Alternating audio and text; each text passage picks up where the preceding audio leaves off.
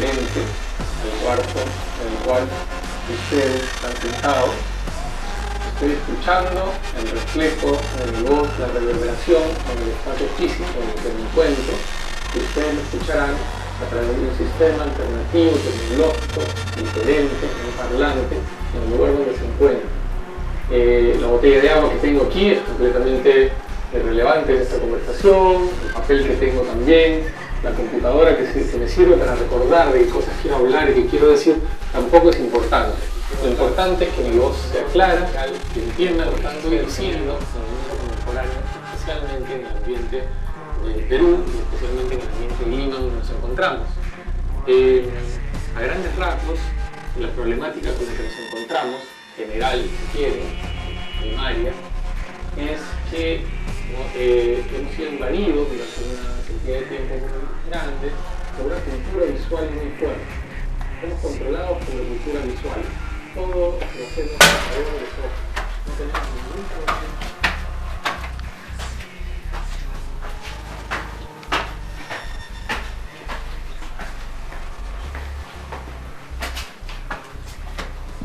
En este video sobre la problemática del arte sonoro en el Perú, sponsorizado o respaldado por la Universidad Católica, me parece que hay demasiada, como que se comen el cuento del dogma occidental o del cuando obvian la tradición de experimentación sónica que ha habido acá en Perú, es decir, que ni la mencionan, ¿no? Y el expositor, en este caso Nacho López, habla de nuestra tradición occidental, no menciona a Mers, a Dada, al futurismo, pero me parece que comete un error garrafal a ni siquiera mencionar en una línea, un acápite, un pie de página a los descubrimientos que Lumbreras hizo en la cultura chavín, ¿no? Incluso que estuvieron respaldados, si es que a ellos les gusta así, por la Universidad de Stanford, ¿no? O incluso también hay otros investigadores en el Museo Nacional de Antropología, estas personas que se hacen llamar guayaquepa, que han replicado aparatos precolombinos con los que generan sonidos que bien podrían ser incluidos en un disco de Morton Subotnick o Stockhausen, los más electrónicos incluso. Ya, pero nada de eso es mencionado en este video de casi media hora, ¿no? Ni siquiera 2 minutos. Eso me parece deleznable. A mí no me cuadra en la cabeza que tanto se hable de rock, de jazz, de cosas que en realidad acá pocas veces uno ve en las calles del Perú, que a la justa se habla de por ahí un segundo de cumbia, o de tecnocumbia mejor dicho, pero no se hable de cosas que existieron acá hace mucho tiempo y que también forman parte, quieran o no, de nuestro bagaje cultural, ¿no? De lo que se hacía en el antiguo Perú. Y digo también que se comen el cuento del dogma occidentalizador, ¿no? Como que si se quiere una vez más occidentalizarnos a la fuerza, ¿no? Y no sé, o sea, más todavía, ¿no? No creo que sea necesario saber todos esos discursos, saber lo último en teorías de sonido, o lo que te puedan enseñar en California o en Europa para poder hacer arte sonoro en realidad.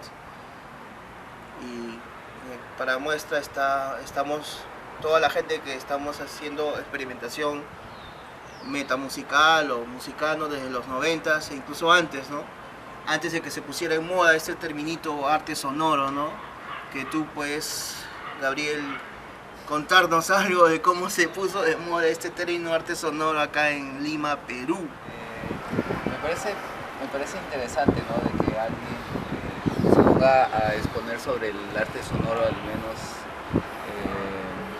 es como un intento de hacer un panorama, ¿no? Sabiendo de que esa terminología es un poco difícil, más aún en este contexto.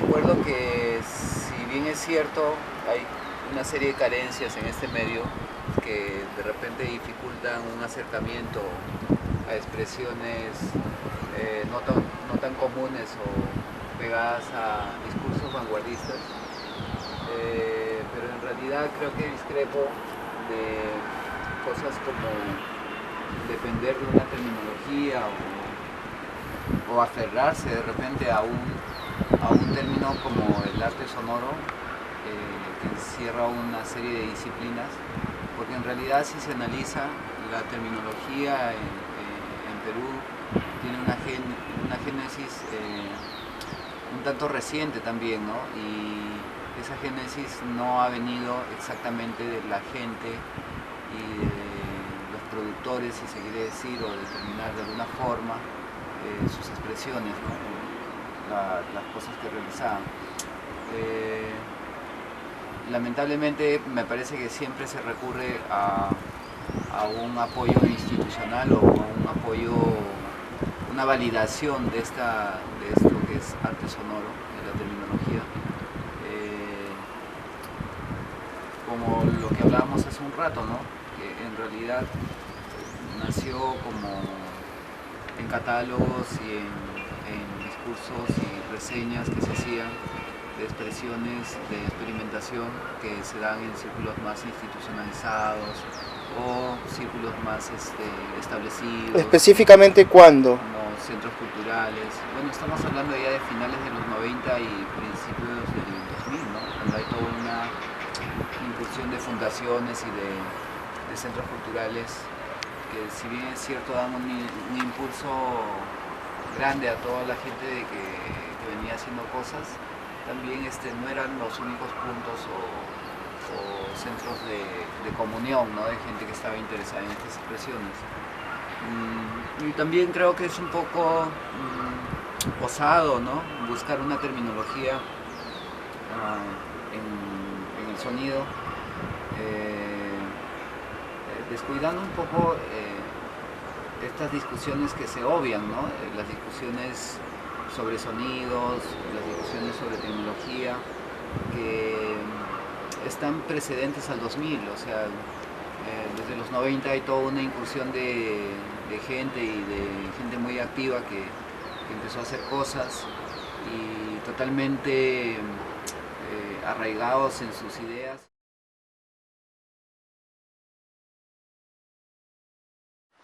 Como te decía, ¿no? Desde los 90 creo que hay un descuido en la visión, ¿no? Que se tiene de ese espacio histórico, porque en realidad 90s y principios del 2000 había un montón de discusión y de gente que estaba interesada en sonido, ¿no?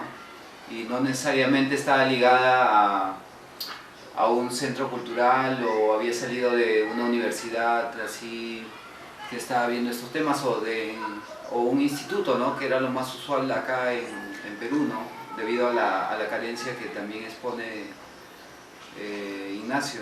O sea, eso sí era real, ¿no? Nunca ha habido como un ensamble de las cosas vanguardistas con las universidades y los centros de enseñanza, ¿no? O de estudio. Pero creo que se peca un poco de solamente recurrir a una validación de esto, pero se descuida la parte totalmente de génesis de estas expresiones sin la necesidad de recurrir al término arte sonoro, ¿no? Que eso está sucediendo la gente joven, ¿no? Y gente joven de todas partes de Lima, ¿no?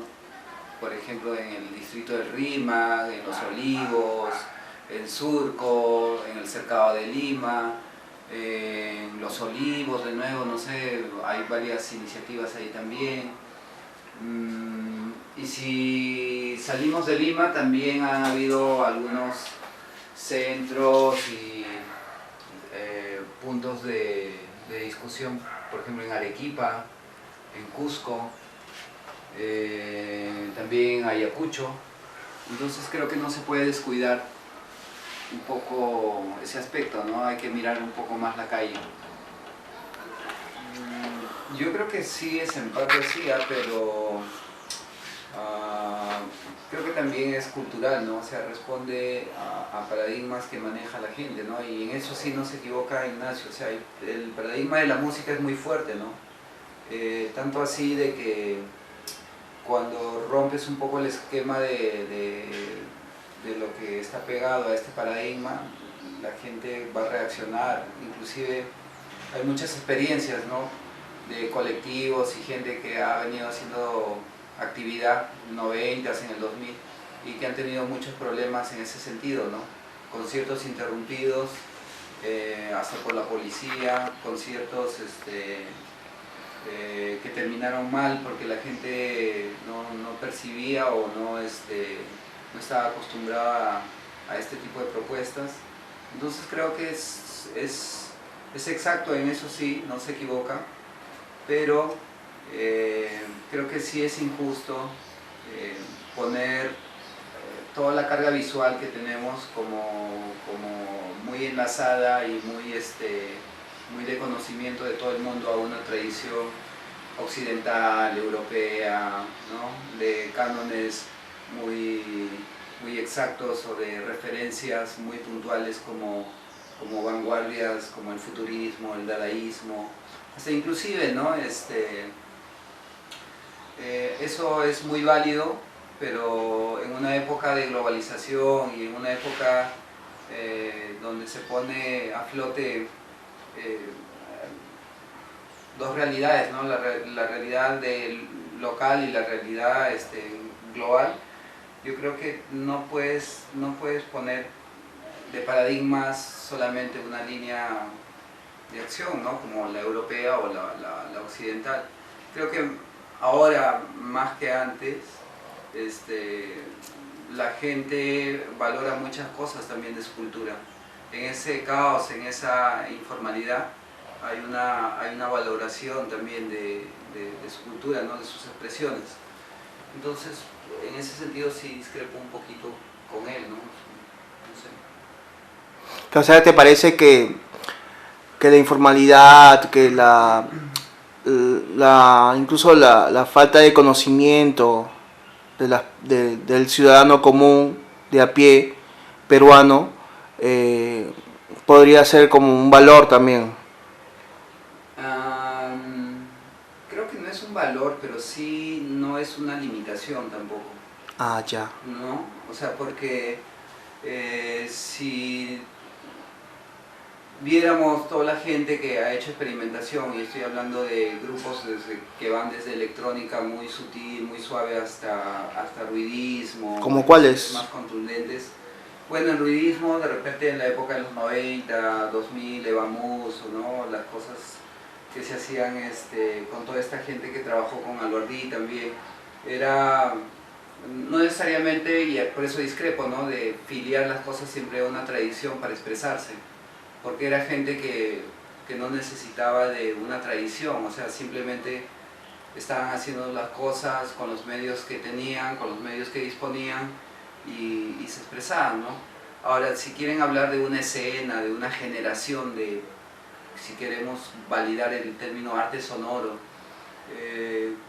creo que para validar una generación está imbricado, ¿no? Con cambios sociales, políticos, y en la incursión de internet es clarísimo, o sea, hay la incursión de internet y hay una explosión de un montón de grupos y proyectos que tienen su valía, ¿no? Simplemente de que están ajenos contemporáneamente a la génesis de esta terminología de arte sonoro más acomodada y oficializada y entendida en ciertos círculos, ¿no? Pero eso no quita su valía, o sea... Ya, me acuerdo cuando Karkowski vino y habló de cómo le aburría ir a Europa, que allá era como un museo, como dices tú, ¿no? Y que él decía, y que allá todos los artistas experimentales que hacían música experimental estaban subvencionados por el Estado, por las instituciones, que todo se perdía la transgresión y que era aburrido y que por eso él prefería venir acá, a Perú, Argentina, México, no sé, o lugares así, o por eso también vivía en Japón y no que justamente a esto que estamos hablando, ¿no? Que están pidiendo que el arte sonoro entre al canon o entre a las instituciones, como diría Deleuze, se está reterritorializando una transgresión, un movimiento, un sonido, un transgresor de avanzada, que nació como una subversión, ¿no? Ahí él mismo ha mencionado al futurismo, al Dada, Mers, y al entrar en una institución, en universidades como las que hay, la Católica, San Marcos, la de Lima, lo que sea, la Pacífico, no sé, es como que pusieras un halcón dentro de una jaula, pues, ¿no? Y que todo el mundo lo mire, ¿no? lo analice, ¿no? Y nada que ver, pues, ¿no? Le quitas su brillo auroral, le quitas... Es evidente lo que quiero decir con esa metáfora, ¿no? O sea, no sé,